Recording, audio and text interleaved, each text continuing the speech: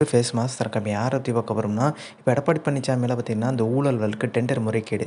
So Edappadi Palaniswami என்ன சொல்றாரு, RS Bharathi வந்து வழக்கு வந்து வாபஸ் வாங்கிட்டாரு. எதுக்கு பயந்து வழக்கு வாபஸ் வாங்கியிருக்காருன்ற ஒரு கேள்வி பார்த்தீங்கன்னா, எடப்பாடி பழனிசாமி தரப்புலேருந்து எழுப்பியிருந்தாங்க. அதுக்கு ஆர்எஸ் பாரதி பார்த்தீங்கன்னா, ஒரு விளக்கம் கொடுத்துருக்காரு. 92ல கூட பார்த்தீங்கன்னா, ஜெயலலிதா வந்து அரசு நிலத்தை வாங்கியிருந்தாங்க. அவங்களே ஒத்துக்கிட்டாங்க. ஸோ அவங்க உச்சநீதிமன்றம் வரைக்கும் ஜெயலலிதா போயிருந்தாங்க. ஸோ இந்த வழக்குக்கு 2 பேர் எதுக்கு உள்ள நுழைறீங்கன்ற மாரி வந்து உச்சநீதிமன்றம் கேட்டனால, ஸோ ஆர்எஸ் பாரதி ஒரு கண்டிஷனோட பார்த்தீங்கன்னா, அந்த வழக்க வாபஸ் வாங்குறாரு. அது இதில வந்து ஏதாச்சும் வந்து இந்த வழக்குல வந்து மனுதாரருக்கு பார்த்தீங்கன்னா, பெரிய அளவுல திருப்தி இல்லன்னா, திருப்பியும் இந்த கேஸ்க்குள்ள நான் நுழையலான்ற மாரி ஒரு கண்டிஷன் போட்டு தான் உள்ள வராரு ஆர்எஸ் பாரதி. அதே மாரி தான் பார்த்தீங்கன்னா, எடப்பாடி பழனிசாமி வழக்குலயும் பார்த்தீங்கன்னா, போலீஸ் பார்த்தீங்கன்னா, அது விசாரிக்க ஆரம்பிச்சுட்டாங்க. திமுக ஆட்சி வந்து.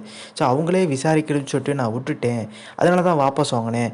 திருப்பியும் பார்த்தீங்கன்னா, அந்த விக்கிரவாண்டி இடைத்தேர்தல் முடிஞ்சோன அந்த வழக்கு வந்து எடப்பாடி பழனிசாமி மேல தொடருவேன்ற மாரி பார்த்தீங்கன்னா, ஆர்எஸ் பாரதி சொன்னா தான் இப்ப எடப்பாடி பழனிசாமிக்கு சிக்கல்.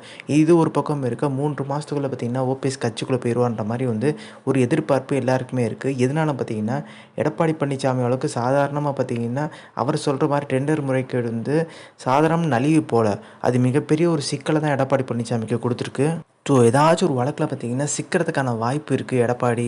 அதனால தான் சசிகலா, ஓபிஎஸ்லாம் வெயிட் பண்ணிட்டு இருக்காங்கன்ற மாரி பார்த்தீங்கன்னா, இன்னொரு தரப்பினர் சொல்லிட்டு இருக்காங்க. ஸோ இந்த இன்ஃபர்மேஷன் பிடிச்சா like, share, subscribe. Thanks for வாட்சிங். ஜி